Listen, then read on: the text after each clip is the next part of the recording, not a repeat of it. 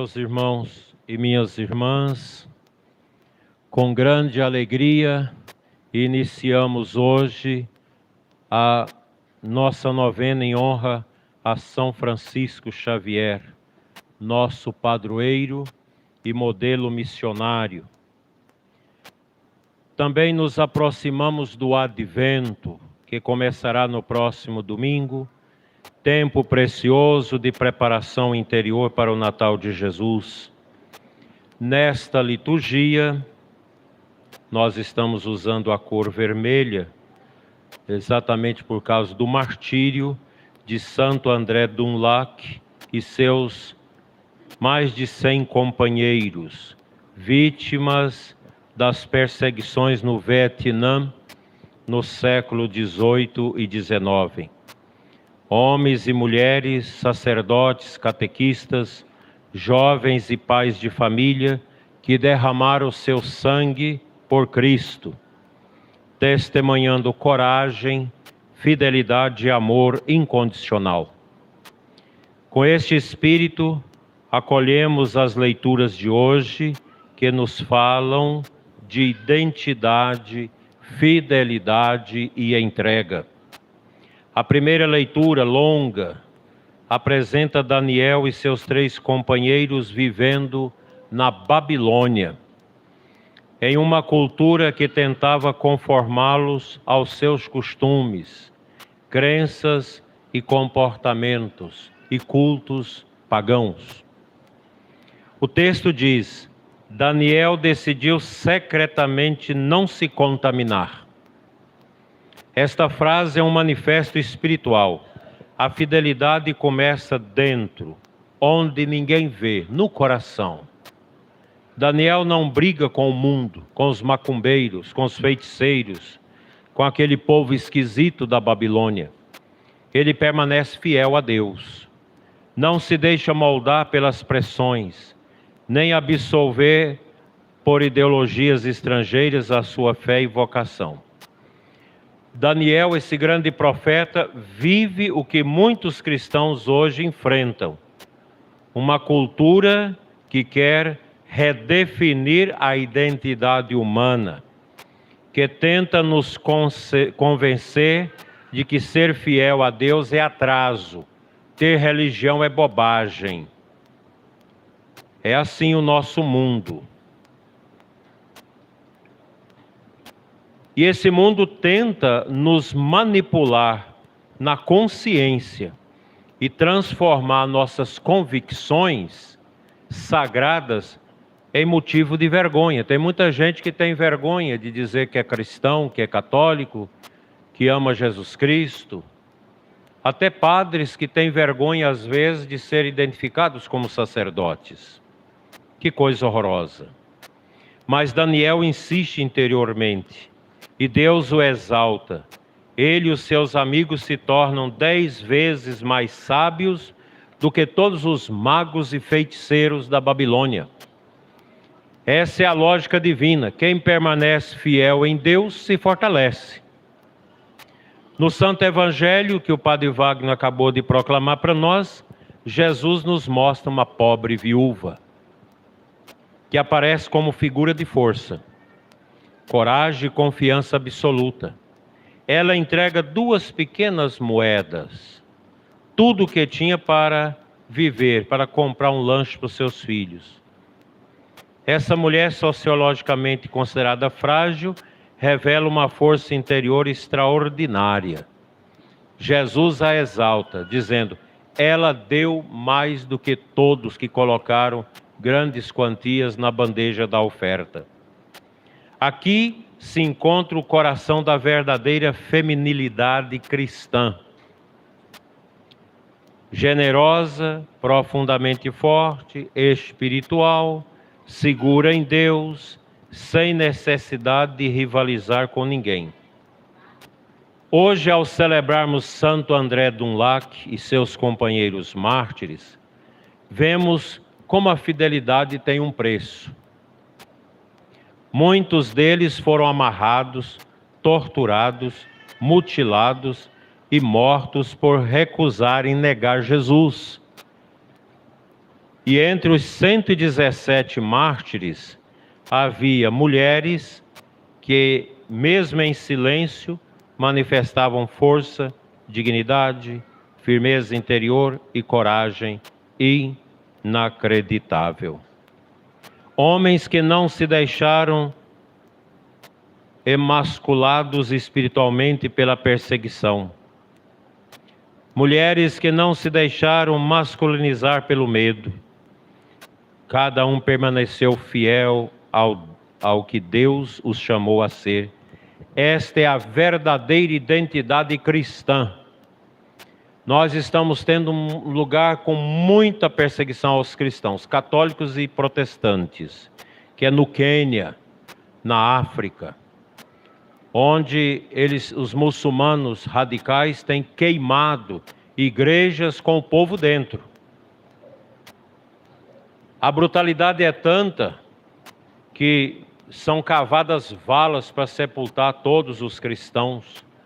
As dezenas que são mortos, degolados por esses flagelados raivosos e endemoniados. É uma vergonha você chegar no Quênia, entrar numa igreja e ver um padre celebrando a missa com um fuzil AR-15 pendurado nos ombros. Porque os bispos permitiram, para defender inclusive o povo. Padres que estão treinando a usar fuzis para que, se entra os bandidos que querem matar os cristãos, eles atiram neles para defender as comunidades. É uma tristeza. Nesse contexto de perseguição, inicia-se também a nossa novena com o tema feminismo versus feminilidade, que você falou muito bem. Um tema atual, urgente e necessário. Não se trata aqui de atacar pessoas, mas de iluminar consciências diante de ideologias que distorcem a verdade sobre o ser humano.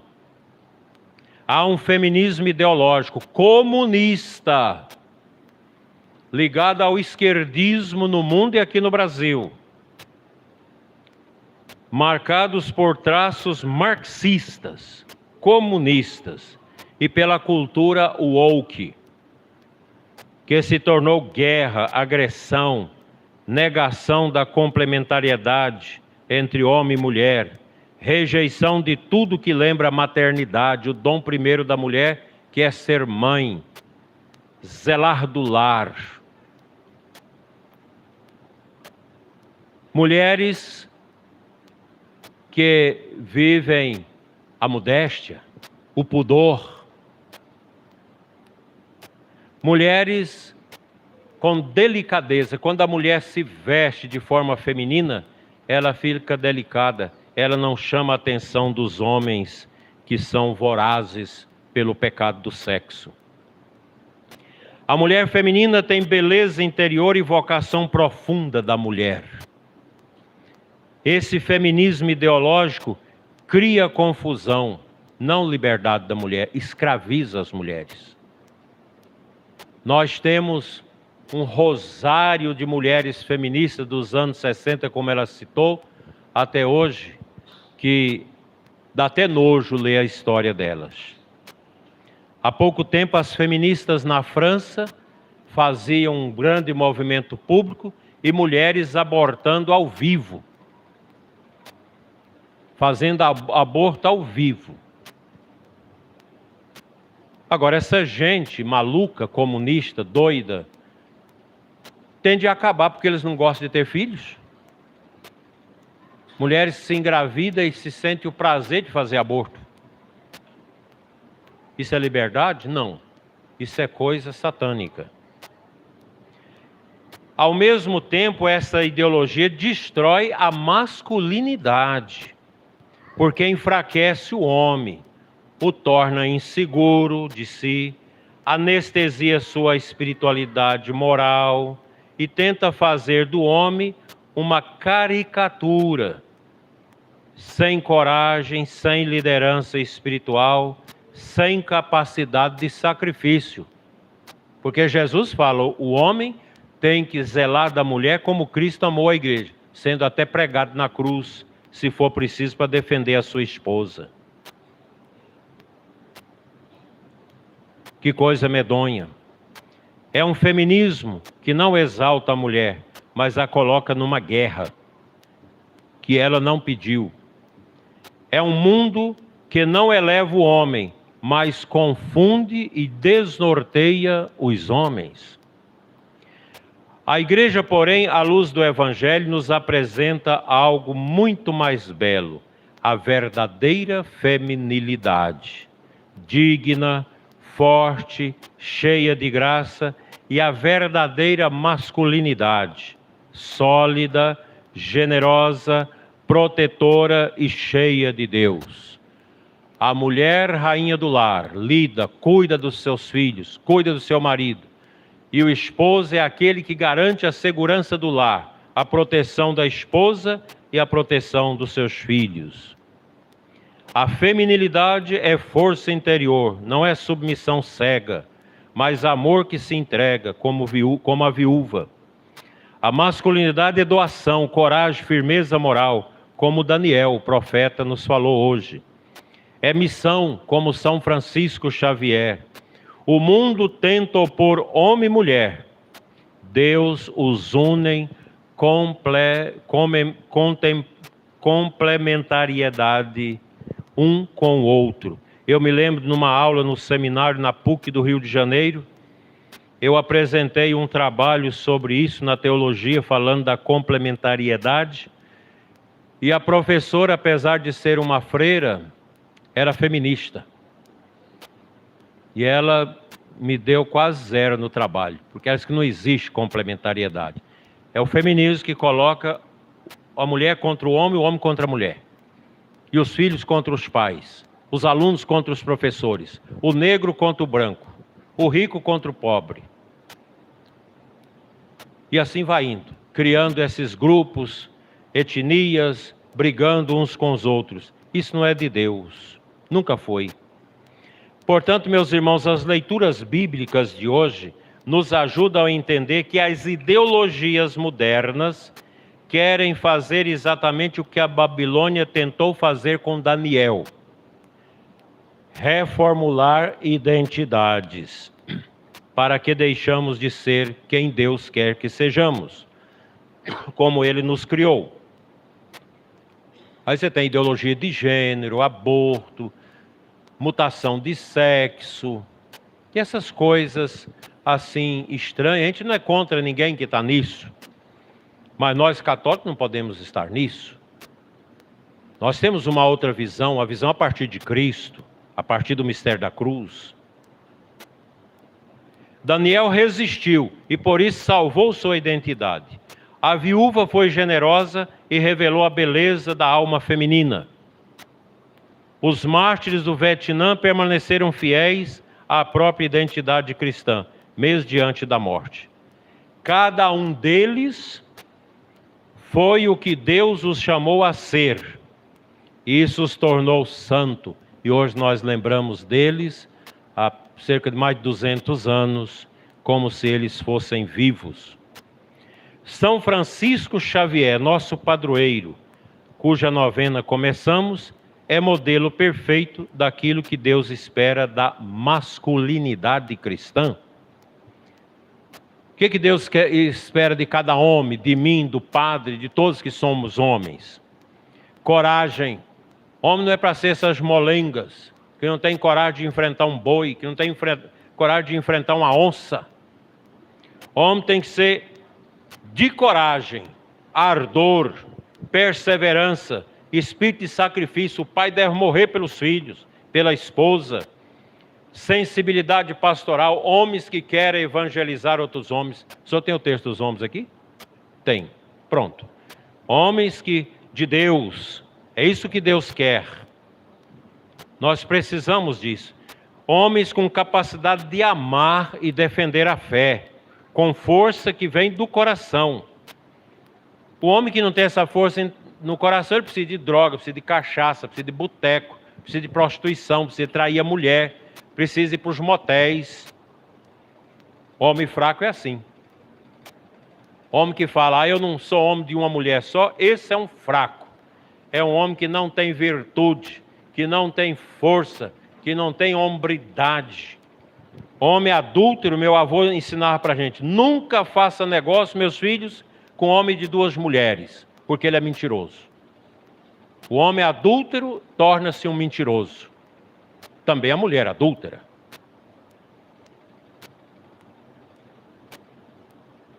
Não foi um homem bruto nem fraco, foi um homem completo em Deus, São Francisco Xavier.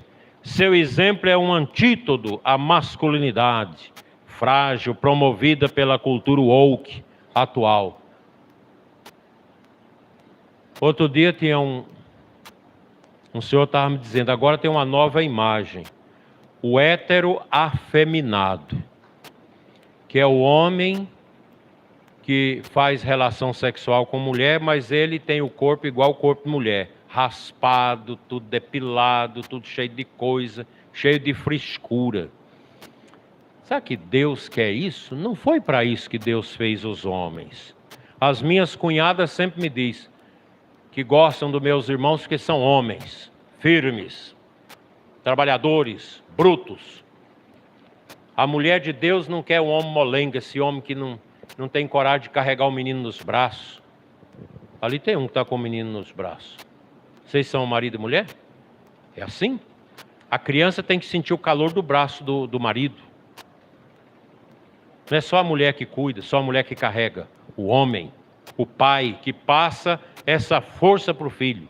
Eu, quando ia para a roça, com 5, 6 anos atrás do meu pai, eu ia pisando no rastro dele, com a enxadinha nas costas de brinquedo e atrás. Que eu queria ser igual ao meu pai. E quando aos 8 anos minha mãe me deu uma calça comprida e eu montei no cavalo, eu senti, eu sou igual ao meu pai. Que coisa bonita, né?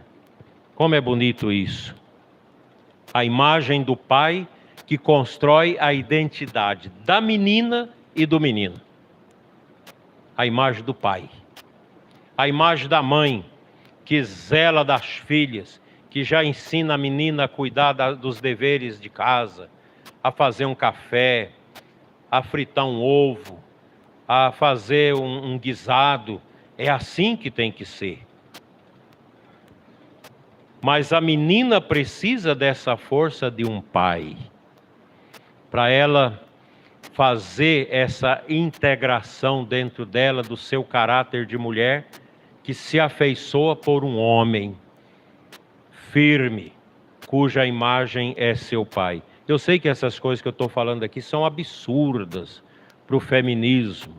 Então, se tem alguma mulher feminista, paciência, mas esse é o pensamento meu e da igreja. A palavra de Deus nos convida hoje a fazer o que Daniel fez. Decidir no coração e não nos contaminar. Hoje, você não pode nem falar de macumbaria. Você não pode nem falar contra os cultos ao demônio que estão crescendo no Brasil. Igrejas do diabo. Outro dia eu passei na frente de uma. Meu Deus. Você não pode nem falar que você vai preso. A gente respeita quem está lá. Mas nós não podemos nos contaminar com isso. Não. Agora eles também precisam respeitar a nossa igreja. Que volta e meia tem gente desses outros cultos que não são cristãos entrando dentro das nossas igrejas para fazer culto dentro das nossas igrejas. E outro dia uma sacristã botou para fora esse tipo de gente e foi uma confusão. Não, nós respeitamos. Quer servir ao diabo, quer ir para a igreja satânica, não tem problema nenhum. Quer ir para o Vale do Amanhecer, não tem problema nenhum. Quer ir para a macumbaria, vá, não tem problema. A gente respeita. Mas aqui dentro da igreja eu tenho que falar para vocês que isso não é de católico. Católico não tem que estar indo atrás de macumbeiro, de curandeiro. Nós temos Cristo. Não nos contaminar com ódio, com ideologias, com discurso que faz guerra entre o homem e a mulher. É interessante que tem certos partidos aqui no Brasil, aqueles do outro lado, eles só promovem isso. Feminismo, marxismo, aborto. E aí quando chega as eleições vocês vão lá e pá, vota no abortista. É tão medonho que no tempo da campanha deles, a gente não pode falar que eles são abortistas. Você falar, derruba o seu canal, te processa. Mas nós precisamos dormir com o olho fechado e com o outro aberto, para que esse mundo não nos engane. Não nos engane. O Brasil não está bem, o comunismo está entrando, querem por tudo meter imposto nas igrejas, querem proibir os padres de falar contra o aborto, querem obrigar os hospitais católicos e protestantes a fazer aborto. Tudo isso é proposta. Querem até tirar a imagem do Cristo Redentor no Rio de Janeiro, porque é uma imagem fascista. É assim.